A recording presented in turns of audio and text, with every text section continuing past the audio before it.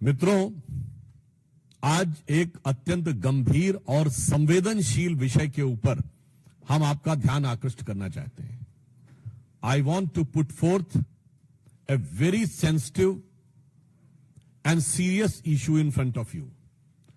अभी आपने देखा होगा कि मीडिया में प्राप्त समाचारों के अनुसार और जिसमें दिल्ली पुलिस ने अभी एक प्रेस कॉन्फ्रेंस भी की है और एक बहुत ही गंभीर, संवेदनशील, खतरनाक और रहस्यपूर्ण तथ्य प्रकाश में आए हैं। आप सबको ध्यान होगा, चंद महीनों पहले की बात है और चुनाव के दौरान भी और चुनाव के बाद भी दिल्ली के तमाम स्कूलों में बम धमाके की कई कॉल्स आई थी, ईमेल्स आए थे।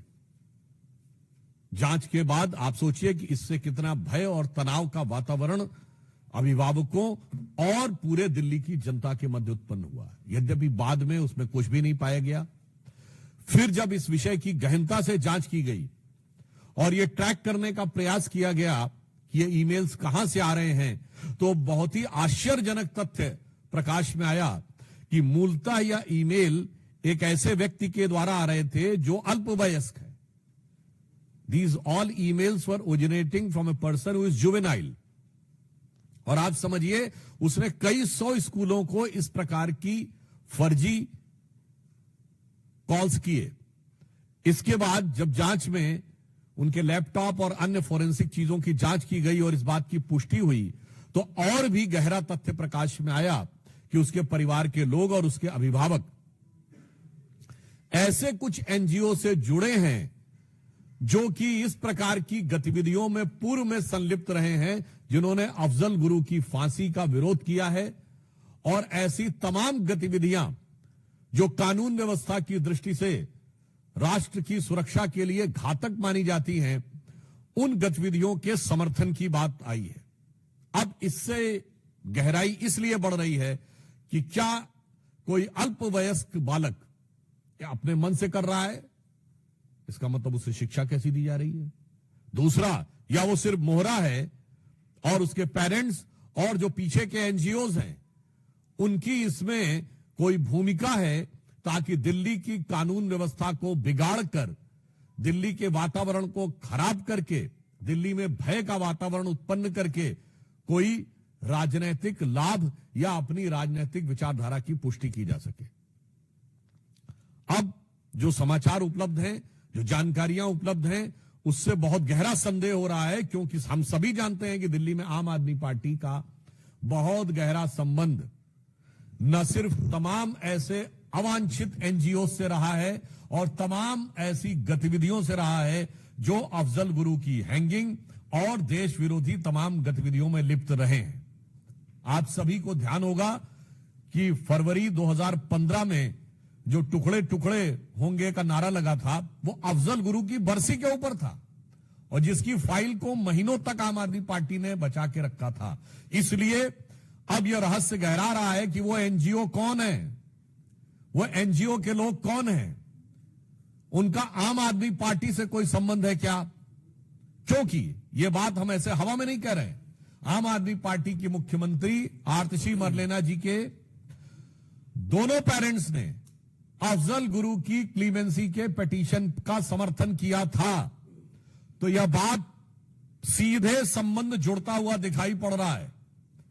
यानी वहां के सर्वोच्च नेतृत्व के साथ, और उस जमाने में याद करिए वो सब लोग, प्रशांत भूषण, शांति भूषण, अन्य ने बहुत सारे लोग थे, आप बड़ी लंबी लिस्ट है, वो सब उस समय आम आदमी पार्टी के सदस्य थे। यानी आम आदमी पार्टी का एक संगठन के रूप में उनके साथ संबंध बहुत साफ दिखाई पड़ रहा था। तो अब ऐसी जानकारी लगती है और यह ऐसा ही गहरा संदेह आता है, जो पुष्ट होता हुआ नजर आता है कि क्या इस चीज में आम आदमी पार्टी का या उनसे जुड़े एनजीओ का कोई संबंध है। केजरीवाल जी आकर तमाम बार अनाप शनाप बातें, अनर्गल मिथ्या बातें कर जाते हैं। आज उनसे मैं साफ साफ शब्दों में पूछना चाहता हूं कि आम आदमी पार्टी आकर स्पष्ट करे कि ये जो भयानक और खतरनाक तथ्य उभर के सामने आया है, इसके पीछे जो मैकेनिज्म नजर आ रहा है, चूंकि उन लोगों का सीधे वैचारिक सामने आपसे नजर आ रहा है, तो आपसे उनका क्या संबंध है? आपको सीधे आकर स्पष्ट करना चाहिए 2 टूक शब्दों में। और उसके साथ साथ यह भी सवाल है कि अगर अल्पवयस्क बच्चे ये कर रहे हैं तो ये जो भी सो कॉल्ड एनजीओ हैं जो मेरे विचार से देश के लिए खतरनाक काम कर रहे हैं और इनका जो आम आदमी पार्टी के साथ पुराना स्थापित संबंध रहा है, वो देश के नौनिहालों के मन में किस प्रकार का जहर भर रहे हैं और उस जहर के कितने घातक प्रभाव आने वाले समय में पड़ सकते हैं। इसलिए हमें इन सारी चीजों का सीधा, स्पष्ट और सपाट जवाब आम आदमी पार्टी से चाहिए कि इस प्रकार की जो घटना हुई उसमें जो लोग संलिप्त हैं उनसे आपका क्या संबंध है और उस प्रकार के लोगों के साथ आपके पूर्व में स्थापित संबंध रहे हैं, आपकी मुख्यमंत्री के परिवार तक से वो लोग संबंधित रहे हैं जिन्होंने इस प्रकार की गतिविधियों का समर्थन किया था। आपने टुकड़े टुकड़े का नारा लगाने वालों की, क्योंकि दिल्ली में सरकार थी, तो महीनों तक आपने अदालती कार्रवाई को रोक के रखा था। इसलिए आज सीधा सवाल है, आम आदमी पार्टी का उनसे संबंध प्रतीत होता है और यह जानकारी लगती है कि उनके बीच में ऐसा संबंध है, तो उन्हें आकर इस बारे में स्पष्ट जवाब देना चाहिए। और अगर वो स्पष्ट जवाब नहीं दे रहे हैं तो फिर हमें मानना चाहिए कि संदेह उतना और गहराता है और जिसे कहा जाता है कि मौनम स्वीकृति लक्षणम। आगे मैं अनुरोध करूंगा कि हमारे दिल्ली के प्रदेश अध्यक्ष आदरणीय सचदेवा जी आपको संबोधित करें। धन्यवाद सुधांशु जी। मित्रों, ये संयोग नहीं है। दिल्ली में जब जब विधानसभा चुनाव होने लगते हैं उससे पहले दंगे का माहौल बनाना और दिल्ली को डराने और दहलाने की कोशिश करना। उत्तर पूर्वी का दंगा हम भूले नहीं हैं, शाहीन बाग हम भूले नहीं हैं और अब जब जमीन खिसक रही है, आज जो जांच दिल्ली पुलिस की वक्तव्य से पता चलता है,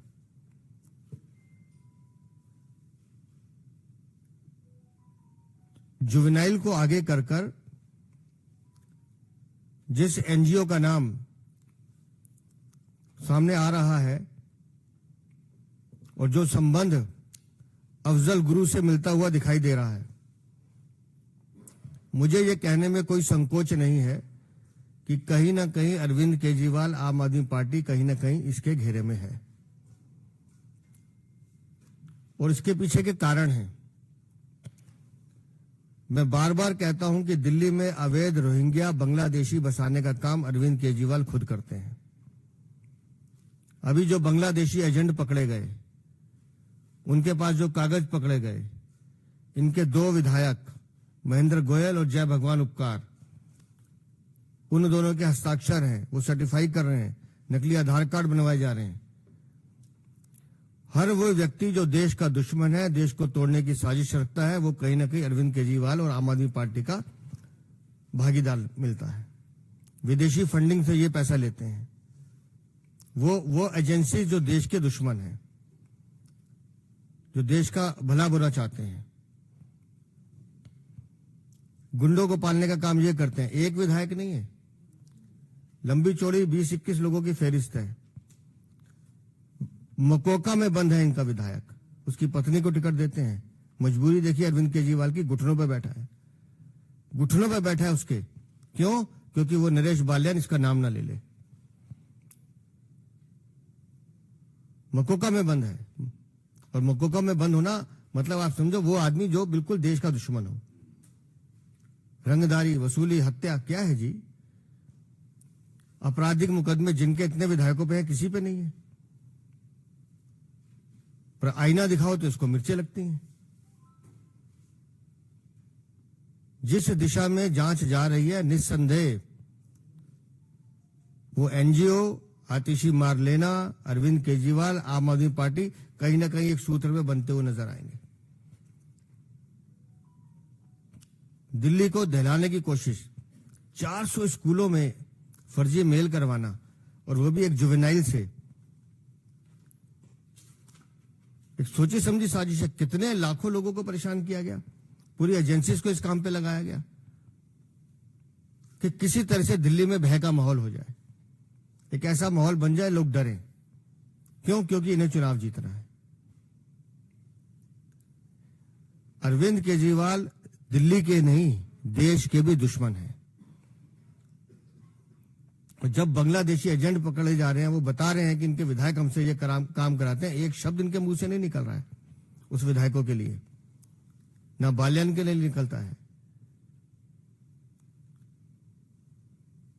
तो मुझे तो लगता है कि एक बहुत बड़ा खुलासा जल्द कुछ दिनों में होगा, जिसमें इन भ्रष्टाचारियों का, इन आततियों का, और ये जो दिल्ली को पूरी तरह से बर्बाद करने की कोशिश कर रहे हैं, ऐसी आपदा पार्टी जो दिल्ली में सचमुच आपदा बनकर टूट पड़ी है,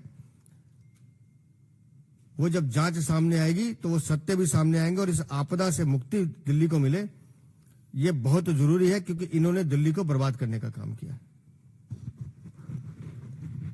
प्रश्न साधन मंत्री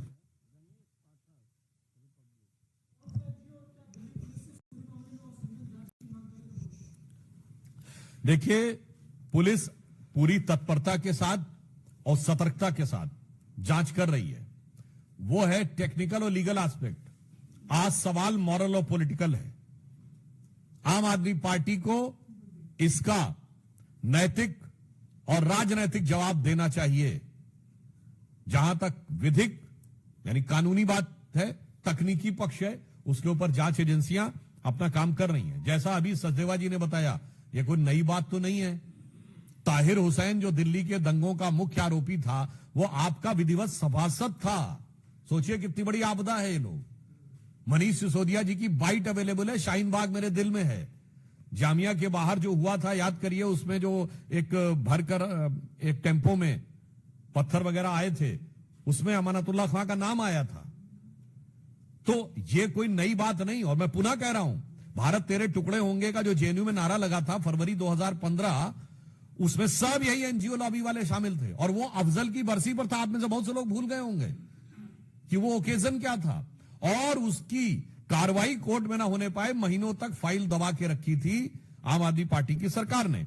और जैसा बताया उन्होंने कि उनके विधायक माफियाओं से भी बात करते हुए मिले हैं। और वो भी जानकारी मीडिया में आई है कि बांग्लादेशी घुसपैठियों के बारे में जांच के लिए शायद आज ही उनके विधायक मोहिंदर गोयल जी के से पूछताछ भी की गई है। तो अब यह साफ दर्शा रहा है कि ये दिल्ली की सुरक्षा और व्यवस्था के लिए भी आपदा बनते हुए दिखाई पड़ रहे हैं। यकीन है, टीवी यकीन। जिस तरह से पूरा मामला अभी केजरीवाल का भी इसमें हाथ है, तो क्या गिरफ्तारी की मांग करेंगे, अदालत की मांग करेंगे आप दिल्ली पुलिस के संबंध में? अभी जो जांच चल रही है, जो चीजें निकल के आ रही है, इसलिए हम उस बच्चे का भी नाम नहीं बता रहे हैं। एक बार तथ्य ऑन रिकॉर्ड आ जाए, मैं फिर निश्चित रूप से कह रहा हूं, अरविंद केजरीवाल, आम आदमी पार्टी और ये जो सारा घटनाक्रम है, ये आपस में जुड़ा हुआ है। बस ये एक लाइन और ऐड करना चाहूंगा। वो पार्टी जो कहती थी आरोप लगते ही इस्तीफा देना चाहिए, ये उस जमाने का वाक्य है ना, जब टोपी पहनी हुई थी। और जब टोपी पहना दी है जनता को, तो उसके बाद आरोप लगने के बाद सफाई तक नहीं देते हैं, आके उल्टा सवाल करते हैं।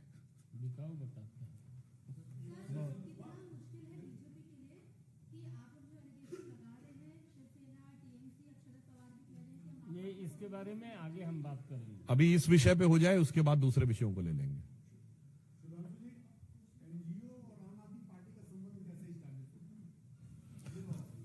इस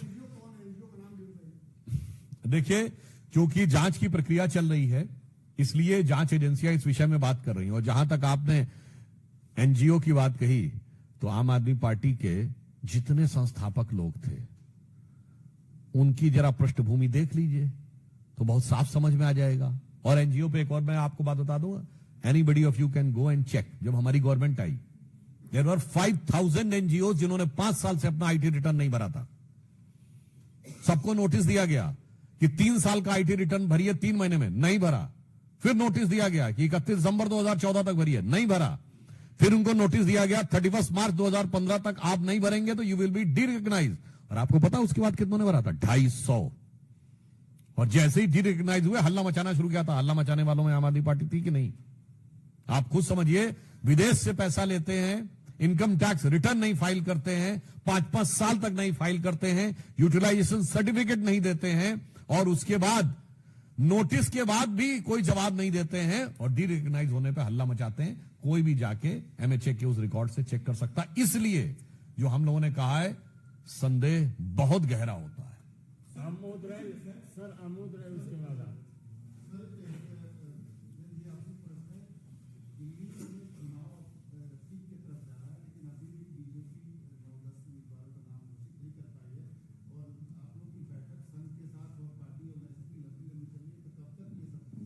नहीं, मैं इसको करेक्ट करता हूं कि घोषित नहीं कर पाई है।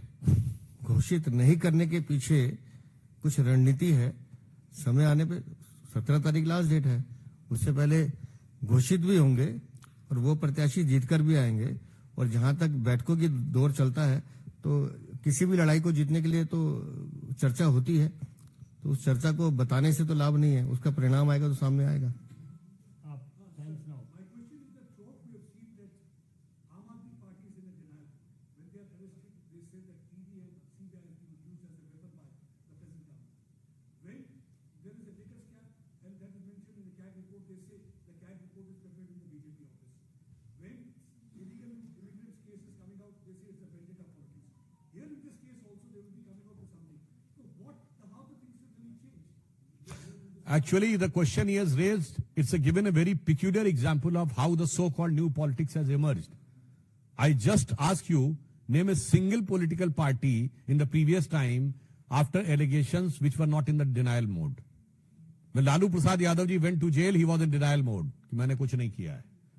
When Suresh Kalmadi went to jail, when Shibu Soren went to jail, when Karunanidhi went to jail, everybody was in denial mode. So this is a typical characteristic of the old style politics which these so-called champions of new politics have embodied themselves in it. तो जिसे कहेंगे ना, रफ्ता रफ्ता वो मेरी हस्ती का साया हो गए। अब पुरानी पार्टियां कह रही हैं आप भी हमारी तरह हो गए। अंतिम प्रश्न है ठाकुर रविंद्र सिंह। शैलेंद्र जी आप छोड़ दीजिए।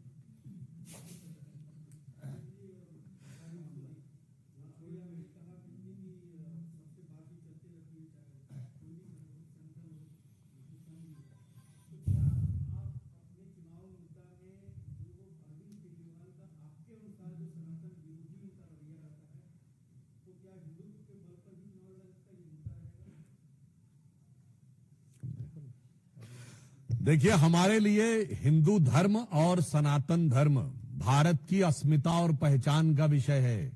हमारे लिए राजनीति और चुनाव का विषय नहीं है कि 2022 के गुजरात चुनाव के समय वो डिमांड करें कि नोट पे गणेश लक्ष्मी जी की फोटो होनी चाहिए और जैसे ही चुनाव समाप्त हो उसके बाद सुई पटक सन्नाटा।